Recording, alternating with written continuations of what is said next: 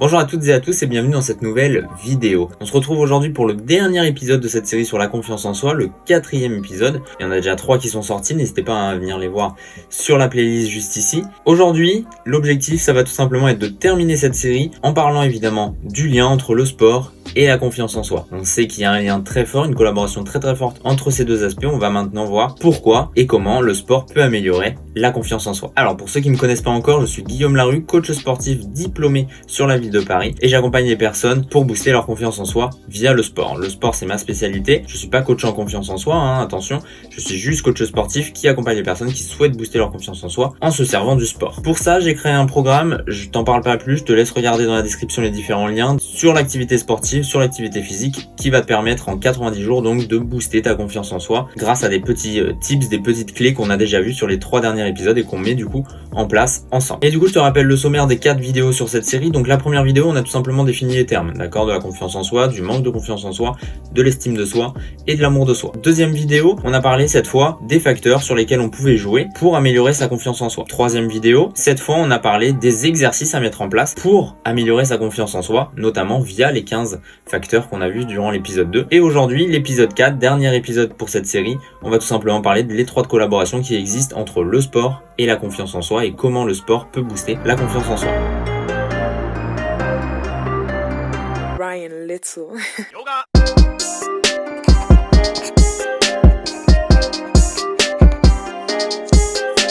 Alors comme on l'a vu dès le départ, la confiance en soi, on a bien compris que c'était quelque chose qu'il ne fallait pas laisser de côté, c'est quelque chose qui va nous servir au quotidien durant toute notre vie. Donc c'est très important de la développer et surtout de la stimuler. Et comme on l'a vu dans les derniers épisodes, on a vu que la confiance en soi, ce n'était pas inné, d'accord ? C'était quelque chose qu'on pouvait travailler, qu'on pouvait développer et ça nous intéresse.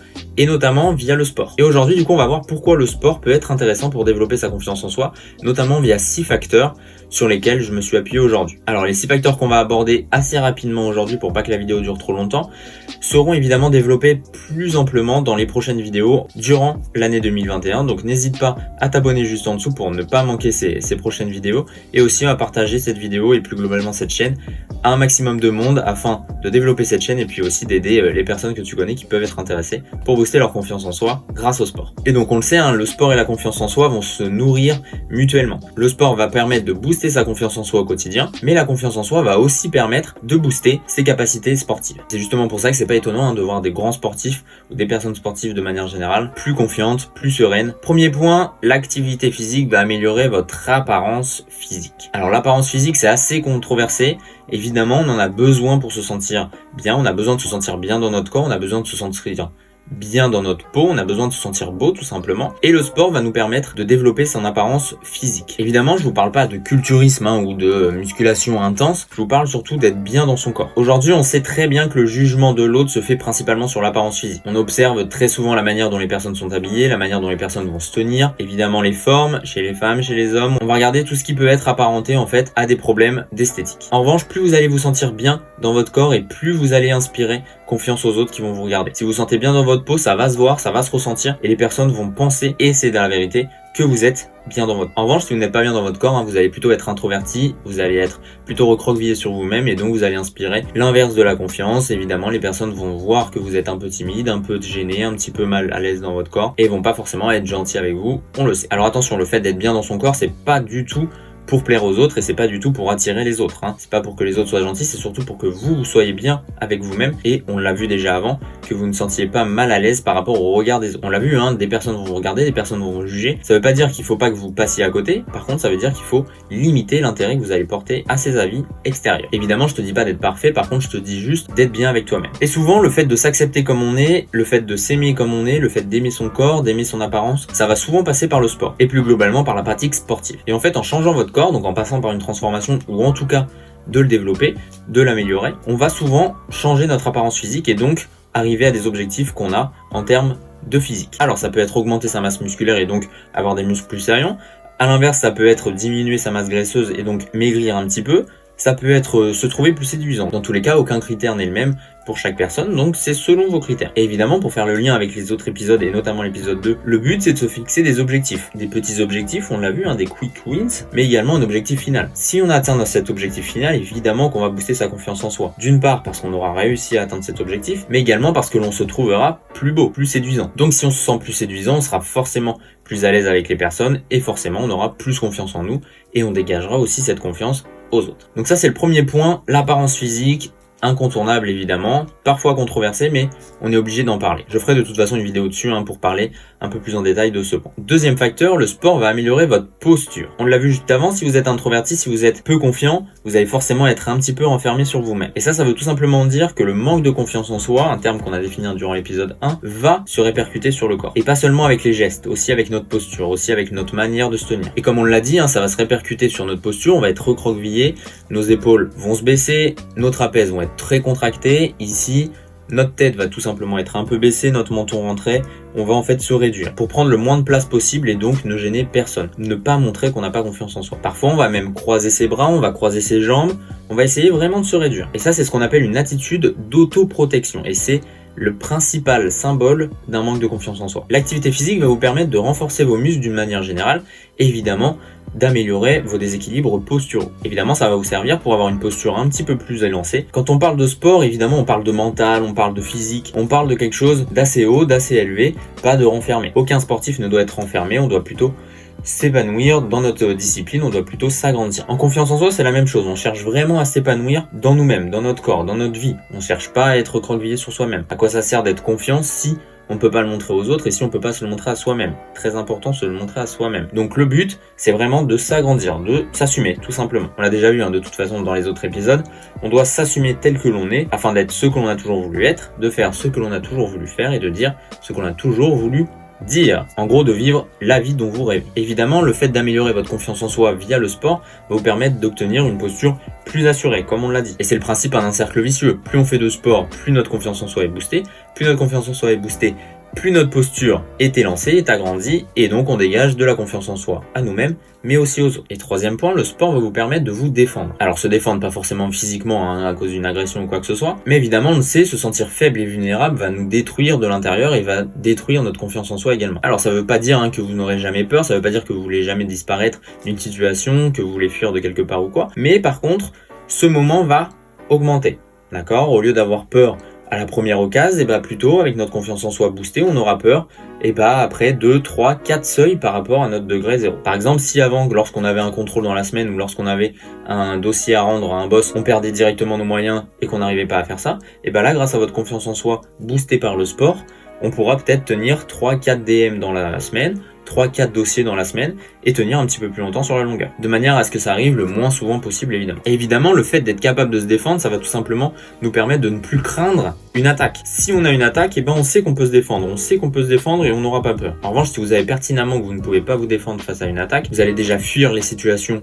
où il est possible d'être attaqué. Et évidemment, vous n'allez pas tenir lors d'une attaque, donc vous allez tout simplement vous renfermer sur vous-même. Pour exemple, et de toute façon on y reviendra en fin de vidéo, les sports de combat sont des sports très intéressants pour apprendre à se défendre face à des situations. Pas forcément physiquement encore une fois, mais booster sa confiance en soi et tenir plus le choc qu'au début. En gros, sur ce point, ce qu'il faut comprendre, c'est que vous ne serez plus forcément considéré comme une victime par vous-même et par les autres. Allez, quatrième point, le sport va améliorer votre connaissance et votre conscience de soi. Alors ça, c'est un sujet très large, on en a déjà parlé. Je vais créer une autre petite série comme la série de la confiance en soi, sur ce terme-là de connaissance et de conscience de soi. Pour moi, les termes de connaissance et conscience de soi vont de pair avec la confiance en soi. Le fait de manquer de confiance en soi, ça veut forcément dire qu'on ne se connaît pas, ou du moins qu'on ne se connaît pas assez. On ne connaît pas forcément nos forces, on ne connaît pas forcément nos faiblesses, on ne connaît pas forcément nos craintes, et notre image de soi va en pâtir. On en a déjà parlé durant les autres épisodes, le fait d'avoir une mauvaise image de soi va forcément vous empêcher d'avoir une bonne confiance en soi. Et le fait de pratiquer une activité sportive ou physique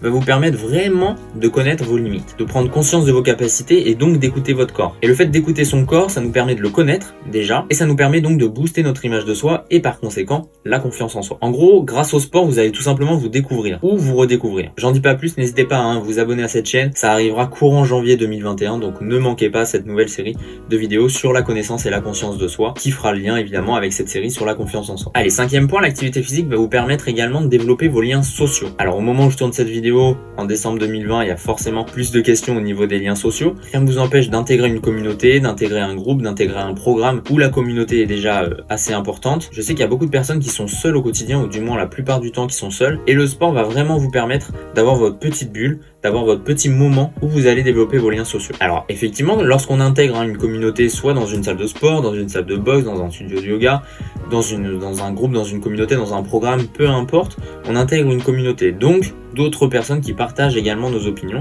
qui partagent également en tout cas nos valeurs, qui sont désormais les valeurs sportives. On va avoir dans ces valeurs du courage, on va avoir de l'entraide, on va avoir évidemment pas de jugement, c'est notre objectif, c'est les valeurs évidemment qu'on met en place également dans mon programme. Des valeurs bénéfiques en fait pour l'amélioration de la confiance en soi. Si vous pratiquez un sport collectif, là forcément on a une entente dans l'équipe très importante. Si vous pratiquez en revanche un sport seul, rien ne vous empêche d'aller à la salle de sport avec un ami, d'aller sur des studios de yoga où les salles peuvent accueillir jusqu'à 10 personnes, ou alors vous pouvez même aller dans des cours collectifs, peu importe, le but est de trouver votre manière de faire, votre spécialité qui vous convient à vous, à votre emploi du temps, mais aussi à votre confiance en soi et à votre corps. Et ça va tout simplement vous permettre de vous socialiser avec d'autres gens, et donc vous pourrez aller peut-être boire un verre, aller peut-être participer à des soirées un petit peu exclusives, à participer à des visios, peu importe, mais vous allez vous créer votre base de personnes, votre base peut-être d'amis, de sportifs, et donc vous allez intégrer une communauté qui va vous permettre de développer votre confiance en soi avec les autres. Et pour terminer, l'activité physique va forcément améliorer votre mental. Ça c'est un point très important sur lequel je ferai également une autre série de vidéos courant 2021. Lorsque vous faites du sport, vous fixez forcément des objectifs, on l'a déjà vu avant, soit des gros objectifs finaux, soit des petits objectifs par lesquels vous allez passer, par lesquels vous allez pouvoir vous améliorer au fur et à mesure du processus ou de la transformation. À chaque séance, et c'est le cas dans mon programme, chaque semaine, vous aurez un petit challenge, vous aurez un petit défi. Le but, c'est de se fixer des challenges et d'essayer de les dépasser sans cesse. Comme ça, on évolue, on progresse, on reste pas au même niveau, et ça nous permet de développer votre physique, d'améliorer vos capacités physiques, mais également d'améliorer vos capacités mentales et donc votre confiance en soi. Chaque jour, vous devenez meilleur que la personne que vous étiez hier, et donc vous allez réussir à développer votre confiance en soi parce que c'est super important de se développer physiquement et mentalement. Les deux vont évidemment de pair, c'est pour ça que j'en ferai une série. Et le fait de connaître ses limites, de connaître ses forces, de prendre conscience de son corps, va nous permettre de s'améliorer, va nous permettre d'améliorer notre confiance en soi, et le fait d'améliorer notre confiance en soi va nous permettre d'aller encore plus loin. On va se dire, allez, je suis capable de faire ça, donc j'y vais. Alors que si vous étiez à l'inverse peu confiant et que vous étiez plutôt introverti, vous vous diriez, mais je vais peut-être louper. C'est la petite voix dont on parlait durant les épisodes précédents qui va vous dire, pourquoi tu veux faire ça? Tu as déjà foiré quelques fois, tu t'es déjà loupé, arrête, ça sert à rien. Et non, nous on veut se dire, je suis capable de le faire. Peut-être que j'ai loupé quelques fois le même chose, mais aujourd'hui je vais réussir. Aujourd'hui je me donne les moyens de réussir. Et si je réussis pas aujourd'hui, je réessayerai demain, je réessayerai après-demain, je réessayerai après-demain. Peu importe, notre objectif final, c'est d'arriver à ça et de faire encore mieux sur la suite. Et ensuite, lorsque vous aurez votre pratique physique qui sera bien installée, ça va vous permettre de développer et entretenir votre force mentale. Et ça, je parle de sport, mais évidemment, ça se répercutera après sur votre vie personnelle, professionnelle et familiale. Voilà, on a vu les 6 facteurs. Vous avez compris que j'allais faire une vidéo, voire une série sur chacun des facteurs. Cette fois, pour terminer cette petite vidéo et vous remercier évidemment, je vous propose 5 petites activités physiques à découvrir qui sont évidemment intéressantes pour développer notre confiance en soi, plus globalement notre santé physique et notre santé mentale. Ces 5 petites activités physiques qui représentent vraiment quelque chose d'intéressant pour essayer de se booster soi-même. Première activité, évidemment, et je vous en ai déjà parlé, des sports de combat. C'est vraiment une discipline très intéressante pour essayer de se développer, essayer d'apprendre à se défendre, essayer d'être plus confiant puisqu'on aura une meilleure capacité physique, une meilleure capacité mentale. Deuxième petite activité, la musculation ou le fitness. Ça va tout simplement vous permettre de développer votre apparence physique, parfois de développer votre force et donc d'améliorer notre confiance en soi puisqu'on essaye toujours de se challenger. Troisième petite activité, les sports collectifs. Moi-même pratiquant de basket, je sais que le sport collectif permet vraiment de développer sa cohésion d'équipe, son entente d'équipe et donc d'avoir des liens sociaux. Avec les sports collectifs, en général, on sort de notre zone de confort parce qu'on doit s'adapter non pas seulement à la pratique mais également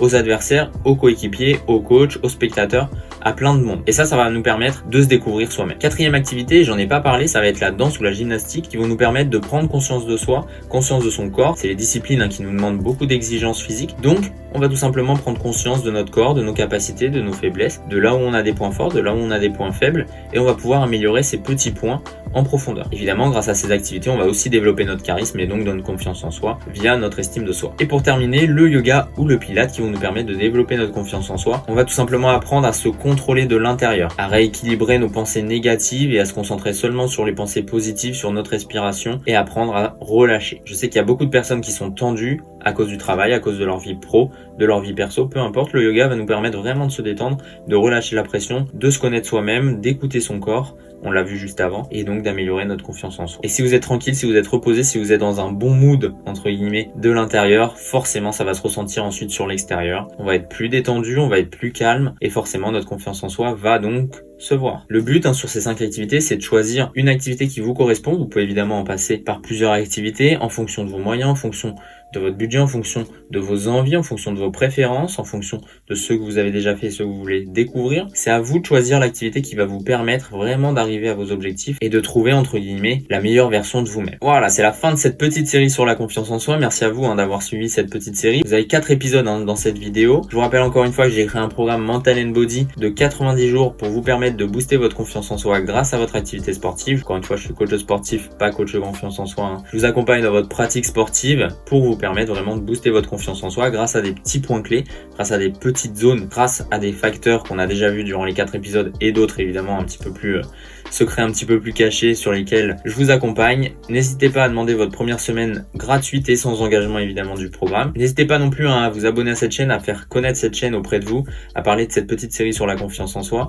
N'hésitez pas à venir me suivre sur mes réseaux sociaux, Coaching by Guillaume sur YouTube, sur Instagram, sur LinkedIn, sur Facebook. J'ai créé un groupe Facebook pour que vous puissiez vous-même partager votre expérience, que vous puissiez parler avec la communauté qui s'intéresse à la confiance en soi et au sport, et notamment au lien entre les deux. Vous avez le lien dans la description, n'hésitez pas à le rejoindre, n'hésitez pas à le faire connaître également. Et quant à nous, on se retrouve donc tous les samedis à 10h pour une session de sport, une session de fitness de 10-15 minutes maximum, et tous les mercredis à 18h pour parler de sport, de confiance en soi sur cette petite série, d'estime de soi, de connaissance de soi, de conscience de soi, vous l'avez compris, pour janvier 2021, et plus globalement du sport en général. Merci d'avoir suivi cette petite vidéo, je vous dis à très bientôt. Ciao.